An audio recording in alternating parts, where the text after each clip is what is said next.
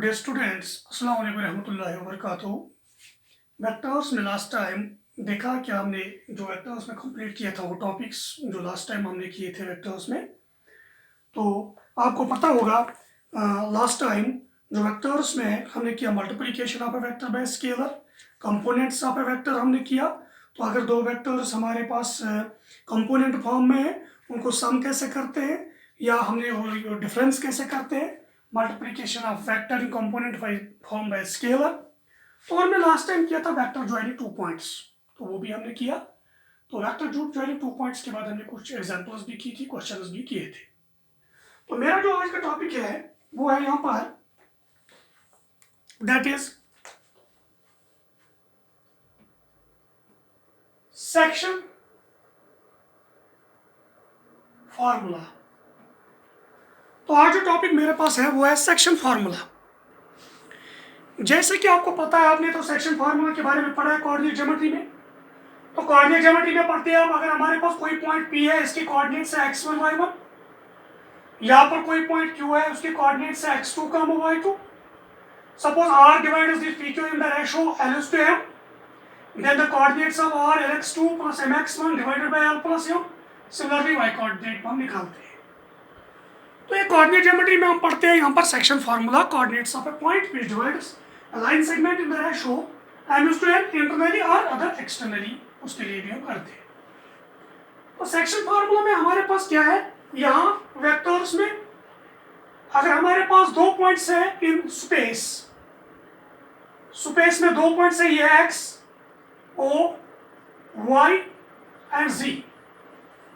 यहाँ पर मेरे पास कोई पॉइंट है, सपोज दिस इज P और यहाँ पर है मेरे पास दिस इज Q। इन दो पॉइंट्स का position vector with respect to the origin O जो है वो हमारे पास है OP और इसका है हमारे पास OQ।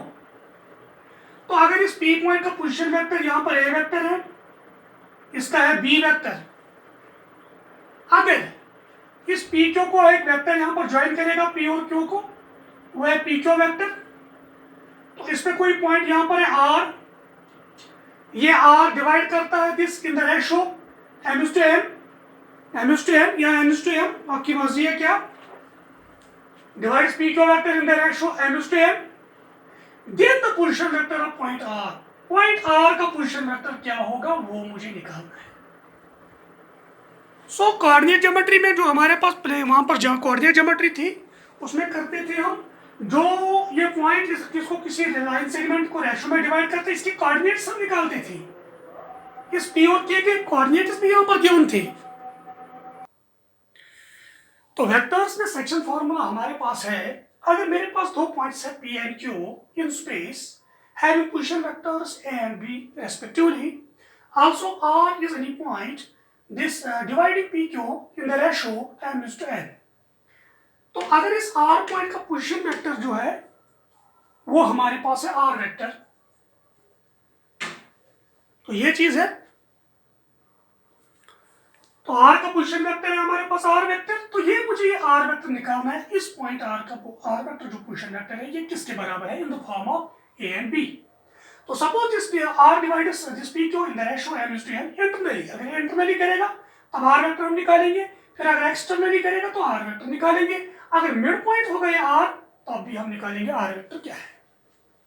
सो कैसे लिखेंगे, let P and Q be 2 points in space having position vectors A vector and B vector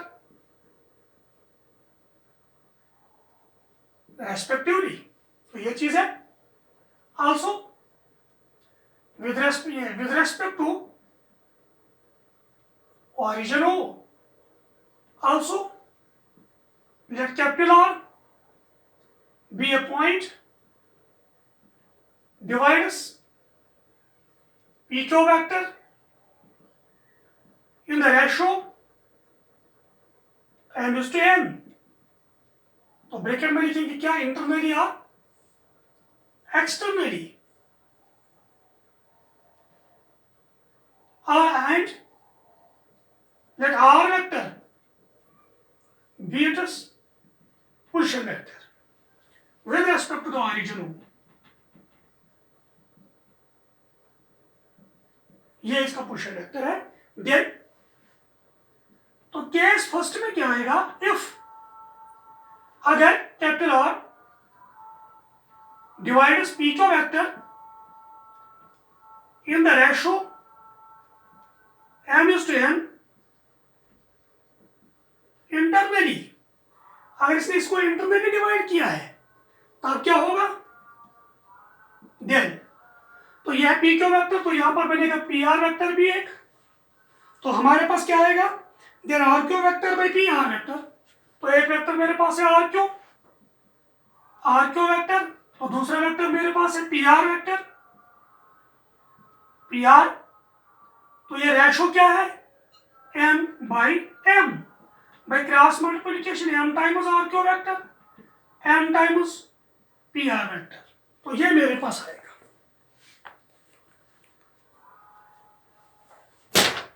तो इसका नाम रखेंगे कुछ फर्स्ट. तो ये चीज है मेरे पास, हम इसका नाम रखेंगे फर्स्ट. मैं चाहूंगा यहां पर ट्रायंगल ऑफ वेक्टर्स करेंगे, दो ट्रायंगल्स में इस्तेमाल by triangle of vectors in triangle. तो आर क्यू की जरूरत है, मुझे आर क्यू की जरूरत है, तो जाऊंगा ओ आर क्यू. तो आर में कौन कौन है, O R vector plus R Q vector is equal to O Q vector. तो ये आएगा, तो आर क्यू वेक्टर आएगा O Q vector minus O R vector. तो सीधे आपको मैंने पहले भी बोला है, आर क्यू वेक्टर क्या, position vector Q minus position vector of R, O Q vector minus O R vector. तो ओ क्यू क्या है, B vector minus O R क्या है, R vector. So B vector minus R vector मेरे पास मिला है. तो ये एक चीज है. आप जाएंगे इसमें again by triangle law in triangle. तो नीचे वाले में ओ पी आर, तो आर में कौन है, OP vector plus P R vector is equal to O R vector. तो पी आर वेक्टर मिलेगा O R vector minus OP vector. तो ओ आर तो मेरे पास आर वेक्टर है, ओपी मेरे पास ए वेक्टर है. तो ये दोनों मेरे पास मिले हैं. अब मैं इसको उठाऊंगा, डालूंगा फर्स्ट में. Therefore from equation first m times R Q यहां पर है b minus R is equal to m times P R क्या है, r माइनस ए. तो इसे लिखेंगे r माइनस ए. मुझे r की जरूरत है, तो क्या आएगा, M B minus M R vector N R vector minus N A vector. तो आर लाएंगे एक ही साथ, यह आएगा M B vector plus N A vector is equal N R vector plus M R vector. तो M B vector plus N A vector, R vector बाहर, M plus N. तो हमारे पास आर वेक्टर निकलेगा, यहां पर आर वेक्टर निकलेगा M B plus N A divided by M plus N. तो ये मेरे पास है position vector of R vector. वो क्या निकला, वो निकला M B plus N A divided by M plus N. तो ये मेरे पास आया position vector of point R we divides P Q in the ratio M is to N.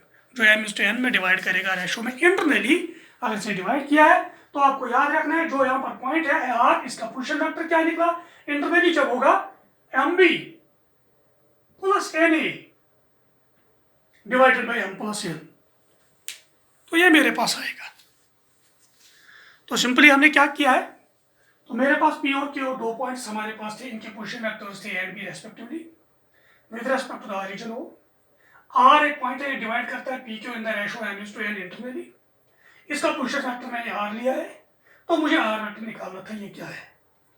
तो जब ये आर वेक्टर मुझे निकालना था, मैं जाऊंगा यहाँ पर, कहाँ पर हमने किया है, हमारे पास दो वेक्टर मिले पी आर और आर क्यू, इनका रेशो मैंने किया R Q by P R, वो है एन बाई एम. सो यहाँ पर निकला एम टाइम्स आर क्यू, इसको N times P R. By triangle law vectors, तो ऊपर वाले में ट्रायंगल लॉ इस्तेमाल किया, O R vector plus R Q vector is O Q vector, तो इसमें से हमें निकाला है R Q vector B are minus R vector. By triangular vectors OPR, तो ओपीआर में भी हमने ट्रायंगुलर इस्तेमाल किया है, तो OP vector plus B R vector is O R vector, तो वो भी निकला है आर माइनस ए। इन दोनों को हमने उठाया तो डाला फर्स्ट में, तो वहां पर हमें आर वेक्टर मिला M B plus N A divided by M plus N. तो यह है position vector of point R M B plus N A divide by M plus N, तो यह चीज है। सिमिलरली अगर आप कर सकते हो, अगर हमारे पास जो पॉइंट है point R is divide P Q in the ratio M is to N, लेकिन एक्सटर्नली जैसे आप सेक्शन फार्मूला में करते हो, तो अगर इसने एक्सटर्नली इसको डिवाइड किया है तो यह बाहर कहीं नहीं करता है पी क्यू पर, ये हमारे पास पी है, ये हमारे पास क्यू है, यहाँ पे कहीं पॉइंट है आर है, यहाँ पे कहीं पॉइंट आर है, किस रेशियो में डिवाइड करता है एम इज टू एन, तो सारा एम है, तो ये एन है, तो क्या आएगा इस पॉइंट आर का पोजीशन वेक्टर उस टाइम आर वेक्टर क्या आएगा, R vector is equal to M B minus N A divided by M plus N, M minus N, M plus N, M minus N. तो ये आपको पता है जैसे सेक्शन फार्मूला पढ़ते हो कोऑर्डिनेट ज्योमेट्री में, तो M B minus N A divided by M minus N उस टाइम आएगा। तो ये चीज अगर एक्सटर्नली डिवाइड करेगा सेक्शन फार्मूला में, तो और एक चीज करेंगे रिमार्क में, रिमार्क अगर ये कैपिटल आर इसका mid point of P Q है, if capital R is the mid point of P Q, तो अगर मिड पॉइंट है तो एम किसके बराबर है, एम के बराबर, that is M is equal to M. तो केस फर्स्ट में जाएंगे, ये जब मिड पॉइंट है तो ये इंटरनली होगा, तो ये के बीच में लाई करेगा, तो क्वेश्चन वेक्टर क्या आएगा, then by case first, therefore by case first the position vector of point capital R is, तो R वेक्टर आएगा, तो M के भी M भी, तो 1 is to 1, तो 1 into B plus 1 is to A into A divided by 1 plus 1, तो A plus B divided by 2, तो हमारे पास पोजीशन वेक्टर आएगा उस time A plus B divided by 2, तो यह चीज मेरे पास आएगा।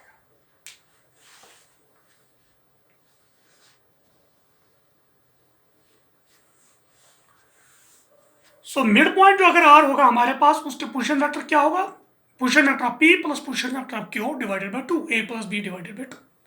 तो ये चीज़ है जैसे आप सेक्शन फार्मूला में कोऑर्डिनेट ज्योमेट्री में भी करते हो, तो उसी तरीके से यहाँ पर हम पोजीशन वेक्टर निकालते हैं वेक्टर्स में। तो सिंपल था, बहुत आसान था, इसको नोट कर सकते हो अच्छे से।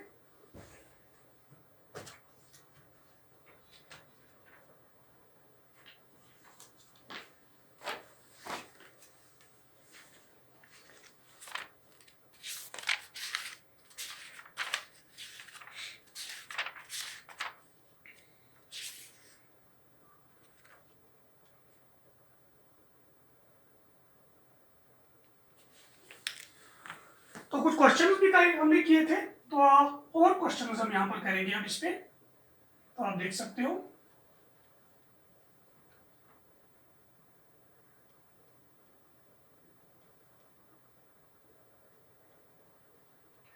मेरा क्वेश्चन है find a unit vector in the direction of P Q vector, P and Q R the points 1 2 3 4 5 6। मेरे पास यहाँ पर है पी एक पॉइंट है, इसके कोऑर्डिनेट से 1 2 3, क्यों मेरे पास है इसके कोऑर्डिनेट से 4 5 6, तो ये पी क्यू वेक्टर मेरे पास है। आपको बताना है इसके डायरेक्शन में कौन वेक्टर होगा जो यूनिट वेक्टर होगा, उसका मैग्नीट्यूड होगा 1 यूनिट। तो आपको पता है आर्टिकल में पढ़ा है आपको, अगर हमारे पास एक ए वेक्टर है तो इसकी डायरेक्शन में यूनिट वेक्टर क्या होता है, A vector divided by magnitude of A vector. तो किसी भी वेक्टर को डिवाइड करते हैं अपने मैग्नीट्यूड से, तो वो यूनिट वेक्टर बन जाता है in the direction of that very vector. So यहां पर देख सकते हो सॉल्यूशन में पहले निकालेंगे P Q vector. So P Q vector is vector joining 2 points, वो हमने रिजल्ट लगाने हैं। तो x2 माइनस x1, तो 4 minus 1 i, y2 minus 5, 5 minus 2 j, z2 minus z1, 6 minus 3 k। तो हमारे पास पी क्यू वेक्टर बनेगा 3i plus 3j plus 3k, तो ये मेरे पास पी क्यू वेक्टर है। Also magnitude of P Q vector हम निकालेंगे under root of 3 square 3 square 3 square, तो ये बनेगा, तो वो आएगा under root of 9 plus 9 plus 9, तो कितना हुआ है 27, तो ये मेरे पास आएगा। तो इसका अगर फैक्टर हम करेंगे 3√3 मेरे पास निकलेगा, 3393 27, तो ये है हमारे पास magnitude of P Q vector. 10 unit vector in the direction of PQ vector is, तो कौन है unit vector in the direction of PQ vector? PQ vector divided by magnitude of PQ vector, तो वही है। सो PQ वेक्टर क्या है? वह 3i plus 3j plus 3k divide by magnitude 3√3, तो हर किसी को अलग अलग डिवाइड होगा, 3 कैंसिल होगा, 1/√3i plus 1/√3j plus 1/√3k, तो ये हमारे पास आएगा unit vector in the direction of PQ vector, जो मुझे निकालना था। तो क्वेश्चन यही बोल रहा था, अगर हमारे पास एक वेक्टर है जो दो पॉइंट्स को ज्वाइन करता है P और Q को, तो इस PQ वेक्टर के डायरेक्शन में कौन होगा यूनिट वेक्टर? तो पहले हमने PQ वेक्टर निकाला डिवाइडेड बाय इट्स मैग्नीट्यूड, तो वो हमारे पास आएगा unit vector in the direction of that very vector. Simple है क्वेश्चन।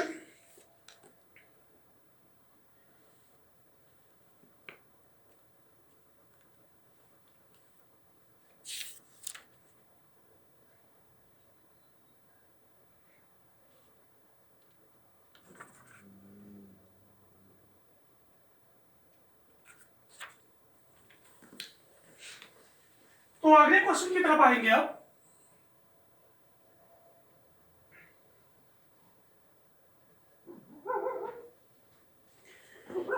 मेरा जो क्वेश्चन है वो है इस तरीके का क्वेश्चन। तो मेरा क्वेश्चन है find a vector in the direction of given vector which has magnitude 8 units. मेरे पास एक वेक्टर गिवन है, द गिवन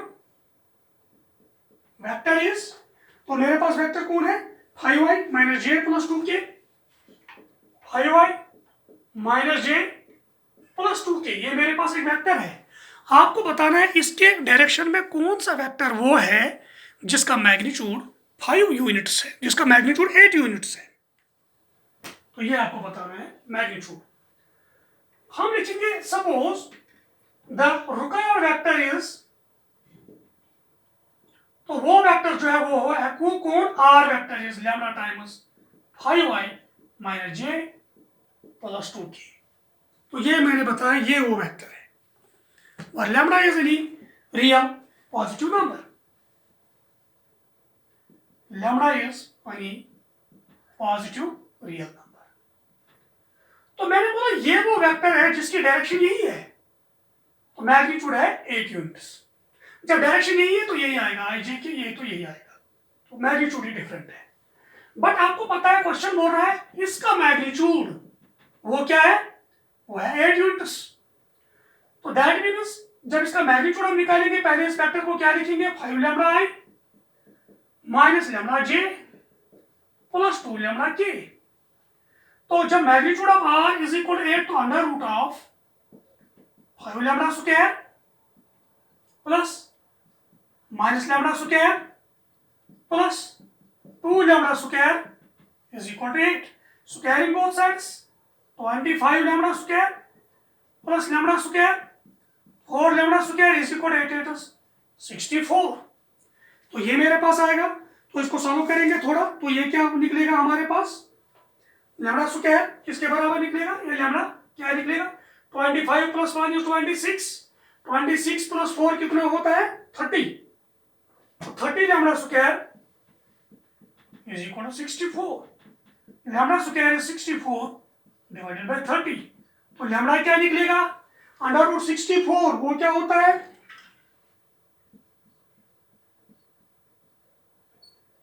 डिवाइडेड बाय 30, तो ये मेरे पास आएगा वो आएगा 32 बाई 32 इसको थोड़ा सॉल्व करेंगे, 2 से डिवाइड करेंगे 32/15, लेकिन ऊपर रूट, तो हमारे पास लैम्डा निकलेगा 32 को यहाँ पर अगर देखेंगे क्या किसके बराबर निकलेगा, 4√2 डिवाइडेड बाई, तो ये है √15, तो ऐसे ही रहेगा। तो ये चीज है, ये मेरे पास लैम्डा निकला है 4√2/15, 4 4 16 62 16 2 32। Therefore the required vector is, वो क्या होगा, therefore the required vector is, तो लैम्डा के बजाय 4√2 डिवाइडेड बाय √15, तो अंदर आएगा 5y minus j plus 2k। तो ये मुझे करना था, ये वो वेक्टर है जिसकी डायरेक्शन वही है 5y minus j plus 2k की, लेकिन खाली मैग्नीट्यूड डिफरेंट, खाली मैग्नीट्यूड 8 यूनिट्स है, तो इसको मल्टीपल करना है 4√2 डिवाइड बाई √15 से। तो ये चीज़ हमारे पास है, सिंपल है, इसको आप नोट कर सकते हो अच्छे से।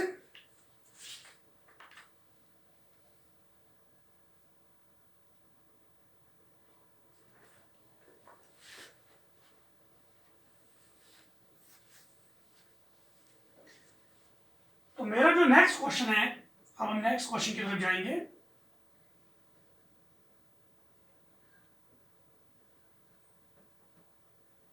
Find the direction cosines of A vector. मेरे पास एक वेक्टर गिवन है, मुझे इस वेक्टर के डायरेक्शन कोसाइन्स निकालने हैं। तो वेक्टर क्या है हमारे पास, वेक्टर है i + 2j + 3k, ये मेरे पास है। The given vector is i + 2j - 3k, ये मेरे पास एक वेक्टर गिवन है i + 2j + 3k, plus 3k है ये, आपको इसके डीसीज निकालने हैं, डायरेक्शन कोसाइन्स। हियर drs क्या है, direction ratios of the given vector are,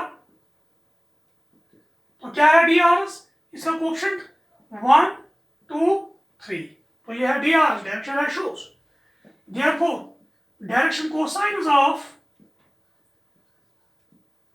the given vector r, तो डीसीज कैसे निकालते हैं, x डिवाइडेड बाय r, तो 1 divided bye √1 square 2 square 3 square, 2 divided by √1 square 2 square 3 square, 3 divided by √1 square 2 square 3 square, तो आ यही है magnitude.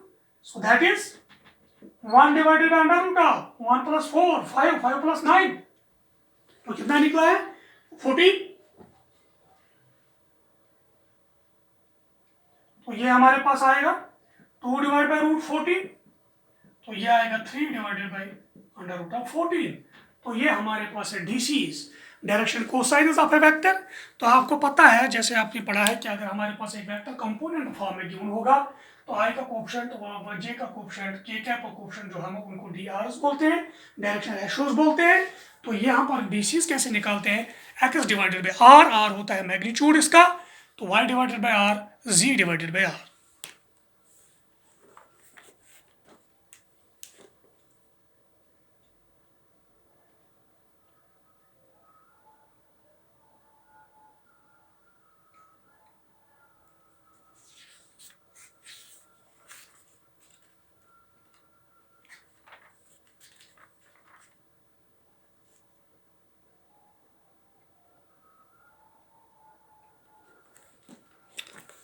तो next question की तरफ जाएंगे हम।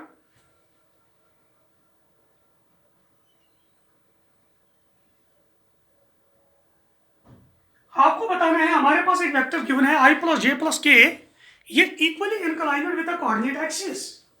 वेक्टर है i + j + k, ये बता रहा है कि ये वेक्टर जो है ये equally inclined with coordinate axis है। अगर ये वेक्टर है x एक्सिस के साथ, y एक्सिस के साथ, z एक्सिस के साथ जो एंगल बनाता है वो इक्वल है, that means alpha beta gamma, alpha = beta = gamma, वो आपको दिखाना है।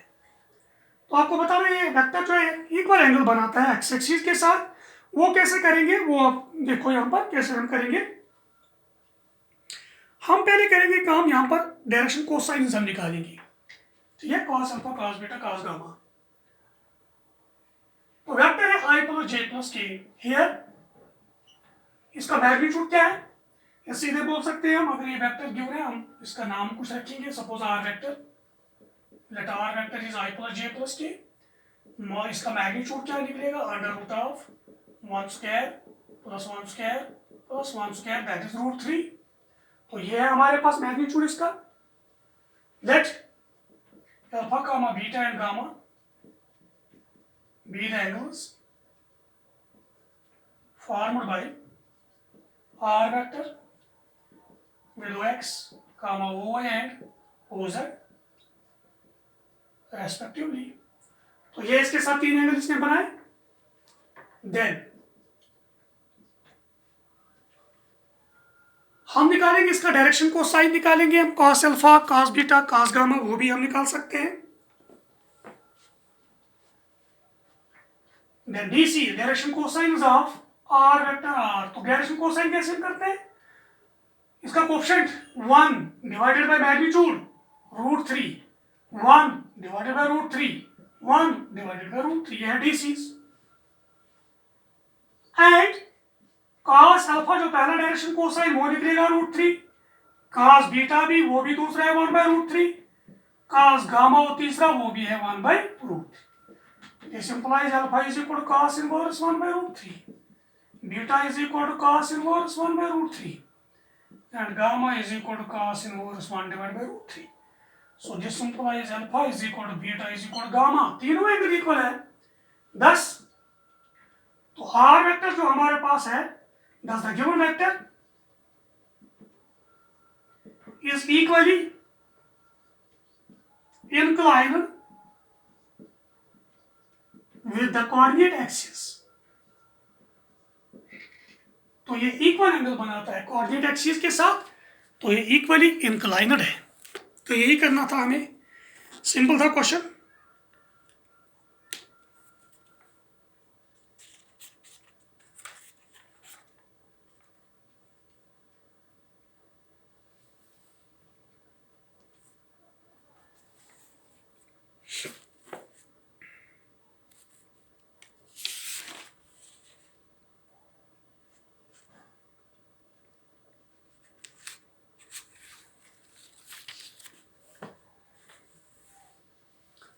हम नेक्स्ट क्वेश्चन पे आना चाहते हैं। यहां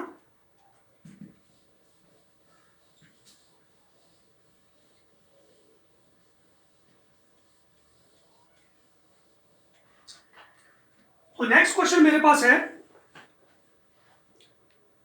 आपको बताना है position vector of the mid point of the vector joining the 2 points. एक वेक्टर है जो P और Q को ज्वाइन करता है, P के कोऑर्डिनेट्स भी गिवन है, Q के कोऑर्डिनेट्स भी गिवन है। P के कोऑर्डिनेट्स हमारे पास है 2 3 4, 2 3 4। तो Q के कोऑर्डिनेट्स जो हमारे पास है वो भी गिवन है 4 1 -2, 4 1 -2। एक पॉइंट है यहां पर R, तो आपको बताना है इस R का पोजीशन वेक्टर क्या होगा, वो आपको करना है।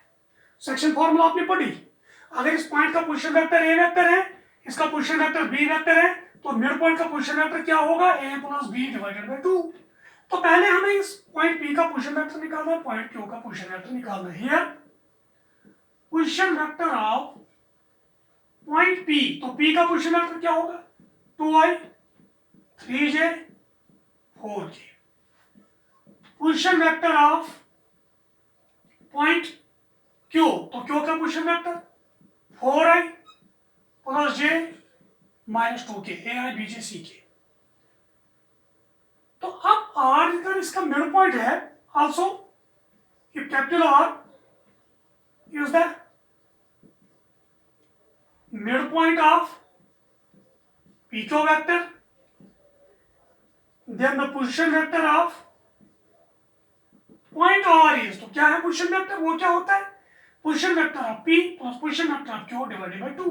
तो 1/2 of position vector of P plus position vector of Q, that is 1/2 of position vector of P क्या है, 2i + 3j + 4k। Position vector of Q 4i + j - 2k, that is 1/2, 2i + 4i 6i 3 plus 1 is 4j. 4 minus 2 is 2k. That is, तो 2 से divide करो, 3i 2j plus k. तो ये है position vector of the midpoint of the vector PQ. That means the vector joining the points P and Q having coordinates 2, 3, 4 and 4, 1, minus 2. तो ये चीज है।